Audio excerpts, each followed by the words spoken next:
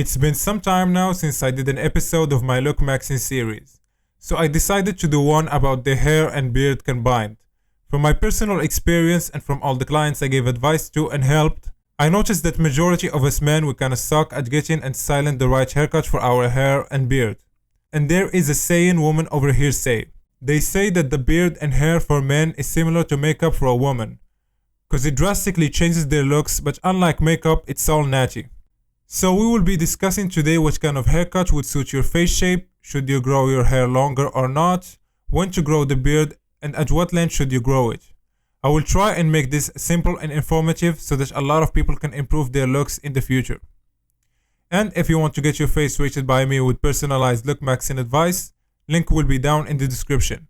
Without further ado, let's get this video started. First, let's explain why women find beards attractive, scientifically of course. I won't be going into minor details, this video will get boring otherwise. So I will just link the study down in the description. According to a study done by the Scientific Journal of Evolution and Human Behavior, women find men with heavy stubble as healthier. Also, beards are a masculine sexual dimorphic trait, they make you look more masculine. Another study found that men with beards may be seen as more masculine, mature, and as having a higher social status. These traits are clearly important contributors to the overall sense of attractiveness. Also, bearded men may be deemed more appealing for long-term relationships and rated higher for parenting skills. So yeah, there's that as well. But to me, the most logical answer to why some men look really good with a beard, because it hides the flaw in the lower third. It will hide asymmetries if your chin is recessed, a full beard will take care of that. Narrow jaw, that's alright, a full beard will take care of it. I think you guys know what I mean. So when should you grow or not grow a beard? Well, in my opinion, that's gonna depend on how well developed and wide your lower third is. If you have a high tier well developed jaw with a lean face, then I don't think you should grow a beard, because it's gonna end up giving the opposite effect of enhancing your look. It's gonna hide one of your strongest points in your face, your jaw. If you have a strong jaw, and you still want to grow a beard, I would recommend a 5 o'clock shadow or light stubble. This will be the perfect mix of both worlds. Now let's say that your jaw is above average. Then a fuller beard will benefit you greatly because it will hide away any minor asymmetries. And it will make the jaw seem wider than it is. Now by a full beard I don't mean a full Viking beard or full hipster beard. Let's use Hamza for example. Don't worry, I will not rate him or say anything about his attractiveness. No need to leave a hateful comment. It's just an example. So as we can see, his jaw is not top tier, but it's not average either. It's above average, and the perfect beard that fits his jaw is a full beard. It's a full beard that is well trimmed. It doesn't climb higher in the cheeks giving you that nerd look, and it's also well trimmed around the neck region. Come on, no one wants a neck beard. You're gonna look like a werewolf. Now, if your jaw is average in every aspect, I recommend you to grow a full beard around this length right here. Just like it's shown in the picture of Jake Gyllenhaal. I hope I pronounced his name right. Same rules still apply. Make sure it is trimmed and it doesn't climb very high in the cheeks, and trim it in the neck area. If your jaw is like below average, recessed mandible, recessed chin, asymmetrical, until you can get plastic surgery to get that jaw fixed, I recommend you to go all out and grow that Viking beard. The beard will be so big and so full it will take away from the weaker jaw underneath. Now a fuller beard will have a high likelihood of being dry with shampoo and environmental factors. So make sure you invest in some beard oil and use it to moisturize, making it look more lively. Be careful not to overdo it because you will look like you haven't showered in ages. What I will also recommend after showering, use heat protectant on the beard and blow dry it with a curved brush. This will make the beard look nice, well kept and neat. You will look like you take good care of yourself instead of looking like a caveman. For the people who can't grow a beard or have patchy beard, I would recommend looking into microneedling and minoxidil. Keep in mind that minoxidil might have some health side effects. For some people, it might cause skin irritation or make existing irritations worse. And one final point before I move over to talking about the hair, I want you to stay clear of the very sharp beards that look artificial. The beard is supposed to look seamless on the face. Stay away from that. When it comes to the hair, I use it as a tool to give symmetry back to the face of my clients. I say the perfect haircut does not exist. Once you figure out what works for you, you just experiment from there. So before I recommend any hairstyle of any sort, I first identify the face shape of the person. And there are multiple face shapes. Round, a heart, square, oval, oblong, triangle, rectangular, and at last, diamond. So we will be breaking down each face shape and what haircut goes well with it, starting with round face shape. A round face is equal in length and width and symmetrical, with softer, more curvaceous features including the overall shape of the chin, jaw and hairline. Neither the jaw or cheeks are defined but have a subtle, more gentle shape. So in simple man's terms, it's similar to a square face shape but without any of the angularity and sharpness. The best hairstyles for this face shape are hairstyles that add sharpness and angularity to the face.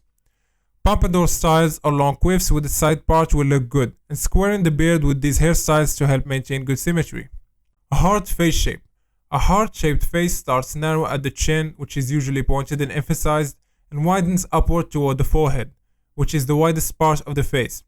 On this face shape, it's good to maintain some length on top, opting for a wider, more square cut with lower volume to take the focus off the forehead, while complementing a smaller jawline.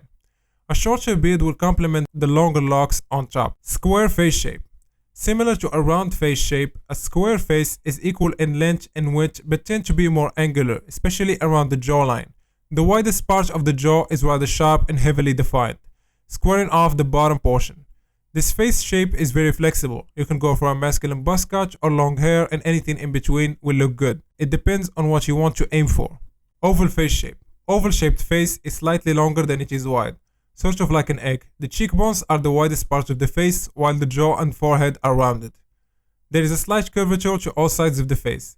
An oval face shape is similar to a round shape. Now this face shape, just like the square face shape, it's very flexible. The haircuts you can get depends on what you want. Do you want an undercut that will give you that sweet spot of masculine angularity with longer hair on top? Or you can go for a softer look with longer hair all around. It's gonna be up to you. Oblong face shape. Quite similar to an oval face shape, an oblong face tend to be longer and with less width in the center. The forehead, cheeks and jawline share the same approximate width, and with longer pointier chin.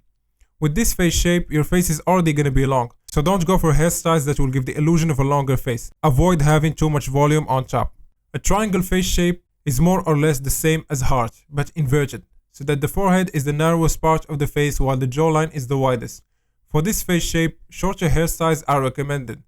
Short fringes as well, but you can experiment with other styles as well, they can look good on you. Rectangular face shape. This face shape is a mix of multiple face shapes, usually between mix of oblong and square, or oval and square. And just like the square face shape, longer hair is more preferable on this face shape, but keep in mind they are highly flexible. It's gonna be up to you. Do you want a sharp angular masculine look or a soft look that will contrast with the rectangular shape? Diamond face shape. A diamond shaped face is narrow at the forehead and jawline but widest at the cheeks, which gives it that diamond shape. Diamond shaped faces also tend to have a narrower hairline that lend the illusion of a smaller forehead. With this face shape, you can also do pretty much every hairstyle. Quiffs, pushed back long hair, side fringe, messy fringe, man bun, the list continues. For me, the biggest deciding factors on what hairstyle I'm gonna rock is adding back symmetry to my face and what style I'm aiming for, a sharp masculine haircut or a softer one with longer hair. For men who want to grow longer hair, coming from a guy who had shoulder length hair in the past, I recommend you only grow it if you have a sharp angular masculine face, because that will contrast well with the softer longer hair. And the beard always complements longer hair because it's a masculine sexual dimorphic trait. And for people who want to go bald or very short, a masculine sharp face is also required to pull that look off. Just like I said before, the perfect hairstyle does not exist. It depends on each person, their face shape, facial features, and their facial harmony. So even with this video and all the info out there, you're still gonna have to experiment by the end of the day to truly know what works best for you. And there are multiple options to treat baldness. Minoxidil is the safest option with minimal health side effects. This only works if the hairline didn't recede too much. Finasteride give better results, but it has some nasty health side effects on some people. There is hair transplants. They are for people whose hair receded too much to the point that finasteride and minoxidil won't work. There are in-depth videos out there about hair loss. This video was more focused toward what you can do with the hair that you have. That's it for today's video. Hope you guys enjoyed it. If you enjoy my content, don't forget to drop a like and subscribe. Like usual, catch you guys in the next one.